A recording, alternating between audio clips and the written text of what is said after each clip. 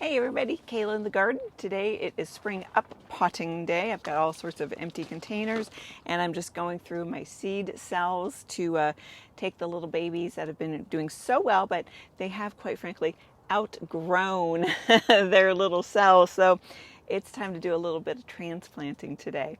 Now today I'm working on pepper plants and I gotta be honest, I'm seeing a lot of comments. It seems to be the theme right now because of the time of year it is for most of us. The theme is, oh my gosh, what do? I'm agonizing over cutting out one of my babies. And I say to that, try it. Tease them apart. You don't have to kill the other one, all right? So I'm working with a jalapeno plant here. Peppers in general are actually fairly tough little critters, as I have discovered from overwintering peppers last year. When you overwinter them, you gotta have to rip them out of the ground and chop them down and chop up their roots and everything. And you think there's no way this thing's gonna come back, but then a month later, you gotta be patient, okay? But a month later, there's like new little growth, and then another month later, you've got like these little stubborn flowers. It's pretty amazing what a pepper plant will do. So when it comes to little seedlings like this, and you're thinking you got to cut one out, no, give it a chance. Okay, go ahead and pull it out and see about pulling it apart. I have successfully separated peppers, tomatoes. Tomatoes are definitely like cockroaches. You cannot kill those things very easily. You can do this with onions. Ground cherries, if you're a little bit more gentle. Tomatillos. Tomatillos are definitely cockroaches. I have Velcroed together tomatillos. They're pretty fun. But what I've done, because my potting mix is this very light and fluffy mix, when it's mostly dry, which it wasn't yesterday, I was going to do this yesterday. When it's mostly dry, you can just kind of like shake it out. And then it's just a matter of pulling gently, teasing apart your little root bundles here and convincing them that they're done. They need their own separate bedrooms now. Come on. It's time to grow up on your own now. And once you get them apart, and there's a little bit of ripping here going on, but there, see, we've got some nice chunks of roots, and I'm going to plant these into some new containers. I've got my 4-inch pots here that I'm doing, and I'm using the same potting mix. It's just my coconut coir and some vermiculite. It's wetted down with boiling water, and of course it's cool because I wouldn't be putting my hands into it if it wasn't cool.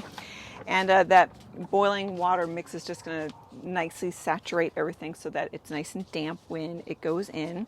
And it's going to make sure I don't get gnats in my house. I hate gnats. There's nothing worse.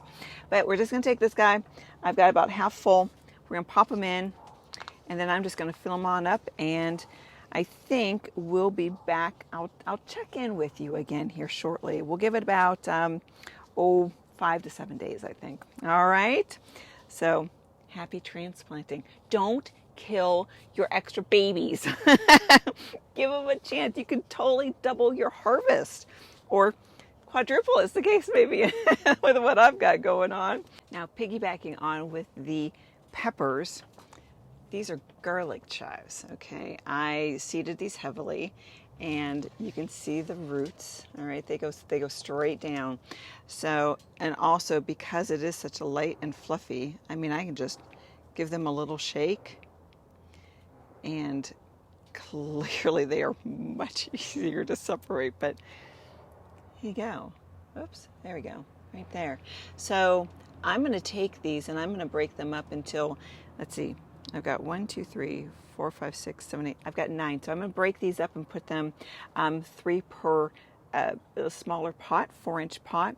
And because garlic chives, man, once you've got one, you are never going to go without again. So we're going to separate these guys up as well. And these guys should transplant just fine, 3 per little 4-inch pot that I've got here. And I'll also show these to you in about a week.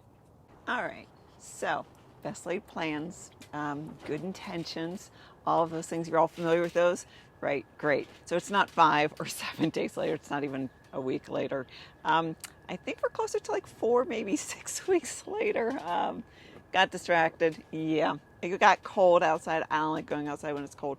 But regardless, this is great because it gives you a great opportunity to see just how slow pepper plants can grow. So there's another lesson here to learn, so it's all good. These are the pepper plants that I separated up. Okay, so you can see they look fantastic. This is not a week's growth. Okay, this is yeah, this has definitely got to be like at least 4 weeks of growth. So all of the jalapenos are looking fantastic. They're amazing. Some of them are beginning to branch out a little bit and form their Y.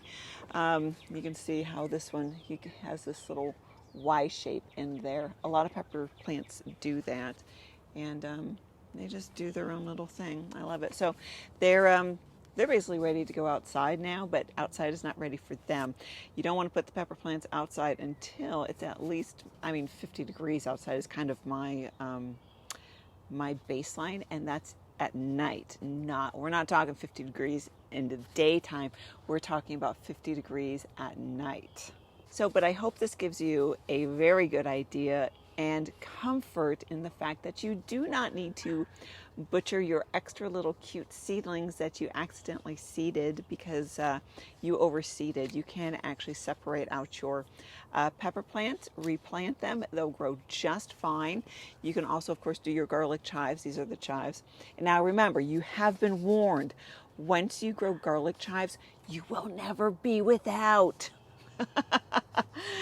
I'll show you what I mean.